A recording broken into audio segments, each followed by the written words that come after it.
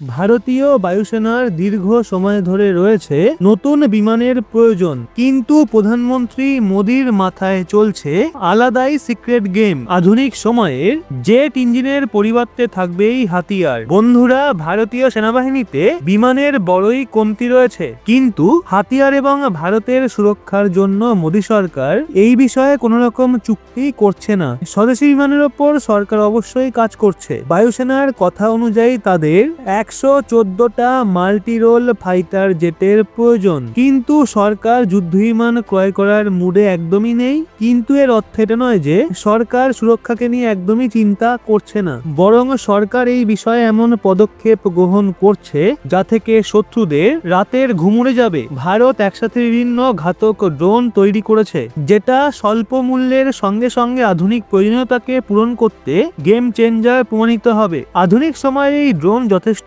শক্তিশালী হবে। আসুন জেনে নেওয়া যাক ড্রোনের মাধ্যমে ভারত কিভাবে পঞ্চম প্রজন্মের বিমানের ওপর ভারী পড়তে চলেছে। এলন মাস্ক যুদ্ধবিমানকে বলে থাকে পুরনো দিনের টেকনোলজি। আধুনিক সময়ে ড্রোন সুরক্ষা এবং যুদ্ধের জন্য মজবুত একটা বিকল্প।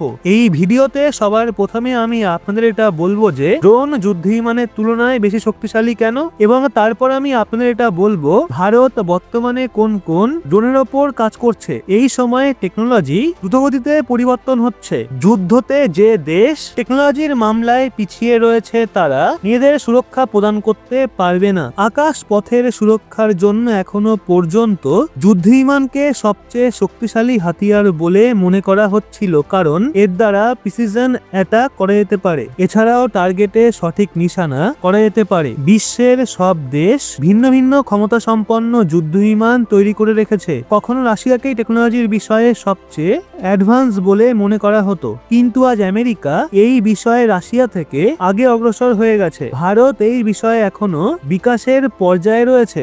এখন তো ভারত পঞ্চম প্রজন্মের যুদ্ধবিমান তৈরি করেছে, কিন্তু সেটা লঞ্চ হতে আরো 10 বছরের সময় লেগে যাবে। এর মধ্যে এখন বায়ুসেনার কমপক্ষে 114টা আধুনিক যুদ্ধবিমানের প্রয়োজন। ভারত শেষ ডিল করেছিল রাফায়েল বিমানের। রাফায়েল বিমান ভারত ফ্রান্সের থেকে ক্রয় করেছিল, আর এখন 36টা রাফায়েল বিমান ভারতীয় বায়ুসেনাতে যুক্ত রয়েছে। কিন্তু এখন সরকার নতুন বিমানের জায়গায় ড্রোন টেকনোলজির ওপর বেশি মনোনিবেশ করেছে। কিছুদিন আগেই রাশিয়া এবং ইউক্রেনের যুদ্ধে ড্রোন ব্যবহার দেখিয়ে দিয়েছে এবং গোটা বিশ্বকে বুঝিয়ে দিয়েছে যে এই হাতিয়ার কতটা শক্তিশালী হতে পারে। এলন মাস্ক এই জন্যই বলেছেন যুদ্ধবিমান এখন পুরনো দিনের হাতিয়ার হয়ে গেছে।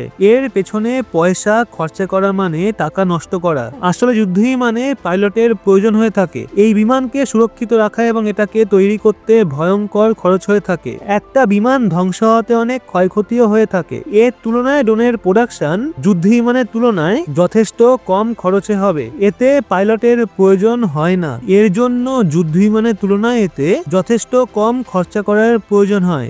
এর মাধ্যমে শত্রুদের এলাকায় প্রবেশ করে সবকিছু ধ্বংস করা যেতে পারে। এর ব্যবহারে পাইলটের প্রাণের ঝুঁকি পর্যন্ত থাকে না। বিশ্বের বেশিরভাগ দেশ এই টেকনোলজির ওপর কাজ করছে, যেমন আমেরিকা, রাশিয়া, ইসরায়েলের মতো দেশ শক্তিশালী ড্রোন টেকনোলজির বিষয়ে কাজ করছে। ইসরায়েল আধুনিক যুগের যুদ্ধের ধারণা প্রথমেই বুঝতে পেরেছিল, আর এখন তারা ছোট ড্রোনকে বরবাদ করার জন্য লেজার ডিফেন্স সিস্টেম প্রস্তুত করছে।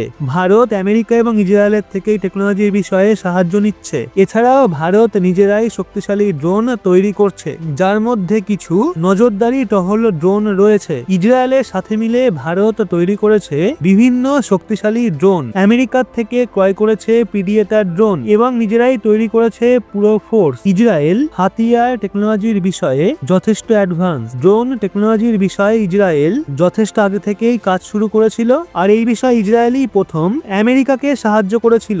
আমেরিকার প্রিডিয়েটার ড্রোন এই সময়ে সমগ্র বিশ্বের মধ্যে সবচেয়ে শক্তিশালী ড্রোন বলে মনে করা হয়ে থাকে। ভারত আমেরিকার সাথে মিলে 31টা প্রিডিয়েটার ড্রোনের ডিল করেছে। 3টে ভিন্ন ভিন্ন সেনাবাহিনীতে ব্যবহার হতে চলেছে। এছাড়াও ভারত ইসরায়েলের সাথে মিলে বিভিন্ন ড্রোন তৈরি করেছে। বেশ কয়েকটা ড্রোনের প্রোডাকশনও হচ্ছে। ইসরায়েল ভারতের অনেক পুরনো বন্ধু। ভারতের প্রথম সরকার তখনকার রাজনীতির কারণে ইসরায়েলের থেকে দূরত্ব বজায় রেখে থাকত।